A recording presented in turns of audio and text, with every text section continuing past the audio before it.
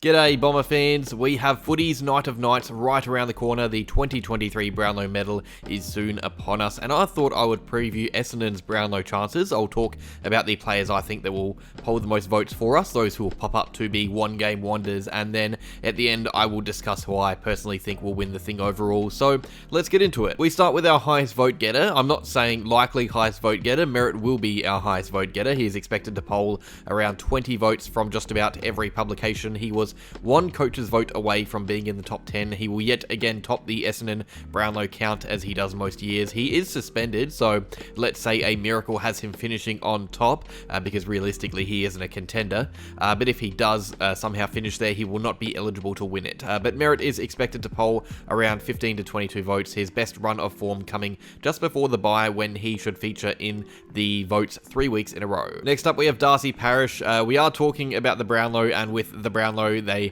award high possession ball winners. Tom Mitchell won a Brownlow, Ollie Wines won a Brownlow, and not many people would say they are worthy looking back on it. No offense to those guys, but it's the style of player the umps like. It's why it's such a silly award sometimes. The inside mid love is real, and Parish is one of the very best clearance mids. He has a chance to be a top 3 player in his first 4 or 5 or even 6 rounds of the year. He did of course suffer a little injury which hurts his chances of a higher finish, but he is expected to poll in 6 to 9 games. Whether or not he will steal votes off Merritt or vice versa is still to be seen, but his vote range seems to be between 12 and 17 according to all the running Brownlow predictions. Now here is where it gets a little bit trickier. There are 2 players who had really consistent years that could see them poll. I'll start with Nick Martin, and really it's one stretch of games for him that could have him finishing on our Brownlow podium. Like Merritt, this guy hit his peak just before the bye. He should also poll votes in 3 consecutive games against West Coast North and Carlton. He had some other standout matches as well along the way, including another late one against the Roos.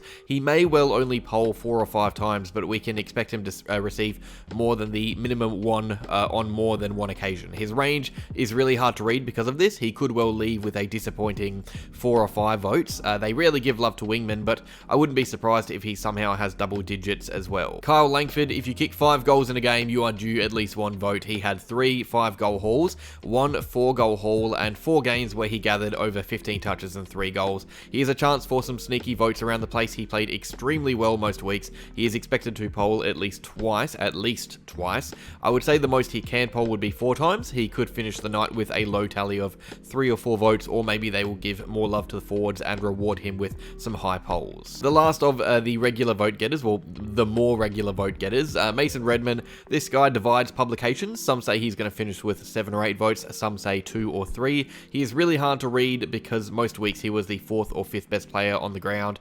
He was an All-Australian squad member, but never really set the world alight. He was never really the best on ground, so he could end up with just a handful of votes. It could be a little more. He is most likely to poll in round 1, 4, or 11. Now onto the 1 vote wonders. We start with Jake Stringer. His game against GWS was something to behold. 4 goals, 6. It was the most typical Jake Stringer game ever. He was involved in everything in attack, and there's also a chance he features in round 7 against the Cats, but I would say this round 4 game is more likely. Archie Perkins, you may remember how elite he was in round 1. He was one of our very best players. He kicked 3 goals, had over 20 touches of the pill, again involved in most of our scoring. This is one I hope we see happen. Peter Wright obviously returned from injury and kicked a bag of 5 goals against the Carlton Blues in our win over them. Like I said, if you kick 5, you are due for a thought from the umpires. He was huge against the Blues. I expect 1 or 2 votes from him that game. And finally, a little outside shout, Will Setterfield in round 2 against Gold Coast. This is far from a sure thing. I don't know if we will see him receive votes at all for us.